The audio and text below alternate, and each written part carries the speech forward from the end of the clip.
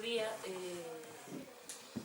convocamos aquí para facer unha valoración das últimas mobilizacións que a plataforma Queremos Galego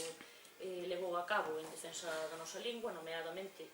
a manifestación do pasado 27 de xaneiro, este domingo pasado, unha valoración que non pode ser máis positiva, vista a participación inmensa de persoas que ali estaban malia ou día de inclemencias do tempo que puidemos vivir, unha marea de persoas que asolagou, nunca mellor dito, as rúas de Compostela para, unha vez máis, pedir a derogación do decretazo mal chamado do plurilingüismo por parte do goberno galego, e desde logo a valoración non pode ser máis positiva nese sentido, visto precisamente esas inclemencias do tempo, que houbera tanta xente que se mollara literalmente, como ben se viu na mobilización do pasado domingo. O clamor pola nosa lingua é manifesto, e desde logo insistimos unha vez máis en base ás mobilizacións que vimos levando a cabo e en base a este clamor popular en que o goberno dunha vez retome os consensos pola lingua anteriores e deixe de insistir na aplicación deste decreto, que o derrogue dunha vez, e empecemos de cero a política lingüística nun mellor sentido, desde logo. Deixo-vos con Carlos, que fai unha valoración xa máis pormenorizada. Moi bo día. Como ben apuntaba Susana Méndez, desde a plataforma unitaria Queremos Galego, observamos como un éxito contundente e sen paliativos a mobilización do pasado domingo. Por unha banda, loitamos contra os elementos, contra as inclemencias meteorolóxicas, mas tamén loitamos, sen dúbidas, co feito de 4 anos de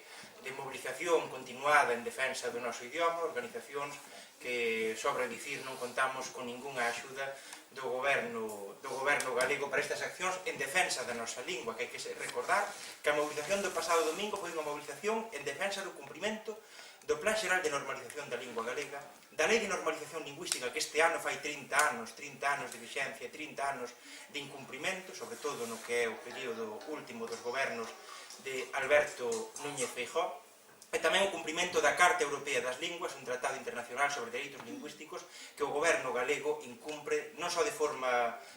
notoria, senón que incumpre despois de que o propio Consello de Europa advertise de que estaba a vulnerar este tratado internacional. Tamén foi un éxito contra a censura dos medios de comunicación, onde o Partido Popular ten capacidade de decisión. Calquera espectador da TVG, por exemplo, non puido saber en ningún momento que existiu esta movilización, porque en ningún momento as convocatorias da conferencias de imprensa da plataforma Queremos Galego anteriores a esta movilización foron cobertas pola televisión galega. En ningún momento saiu ningún corte informativo indicando que facíamos esta movilización, unha movilización masiva que os medios de comunicación, a Radio Galega e a TVG, lamentablemente censuraron. E xa no que a cobertura posterior tamén é triste observar como se fixeron preguntas sobre a valoración, mesmo entrevistas a dirixentes do goberno galego, que era unha parte implicada, mentres a plataforma Queremos Galego, a plataforma que chamou a eses milleiros de persoas a estar en Santiago de Compostela, pois non recibimos ningunha chamada nin da Radio Galega nin da TVG. Lamentablemente, uns medios que se caracterizan por unha censura e por unha terxiversación da información que debería corrixirse canto antes polo ben do conxunto da sociedade galega. Desde a plataforma Queremos Galego, a pesar de todas estas dificultades, observamos un éxito clamoroso na movilización do pasado domingo. Iso significa máis vento nas velas para actuarmos con máis forza, con máis decisión en defensa do noso idioma, reclamando a derogación do decretazo contra o galego, un decretazo que xa os tribunais, o Tribunal Superior de Xustiza de Galiza, en varias sentenzas, determinou que é ilegal en todos os seus núcleos, especialmente no artigo que permite de forma vergoñenta que máis do 95% dos centros de educación infantil das cidades non impartan nada en galego no presente curso escolar. Unha situación que non pode ser máis que cualificada de etnocidio, de lingüicidio, de pretensión por parte do goberno autonómico de destruir totalmente calquera presenza do noso idioma nas zonas máis poboadas do país, que son as zonas urbanas. Desde a plataforma Queremos Galego continuaremos coas mobilizacións na rúa e continuaremos tamén coas nosas accións nos tribunais a nivel estatal e coas nosas denuncias tamén a nivel internacional. O noso desexo sería non ter que continuar con ninguna destas actuacións, mas lamentablemente, unha vez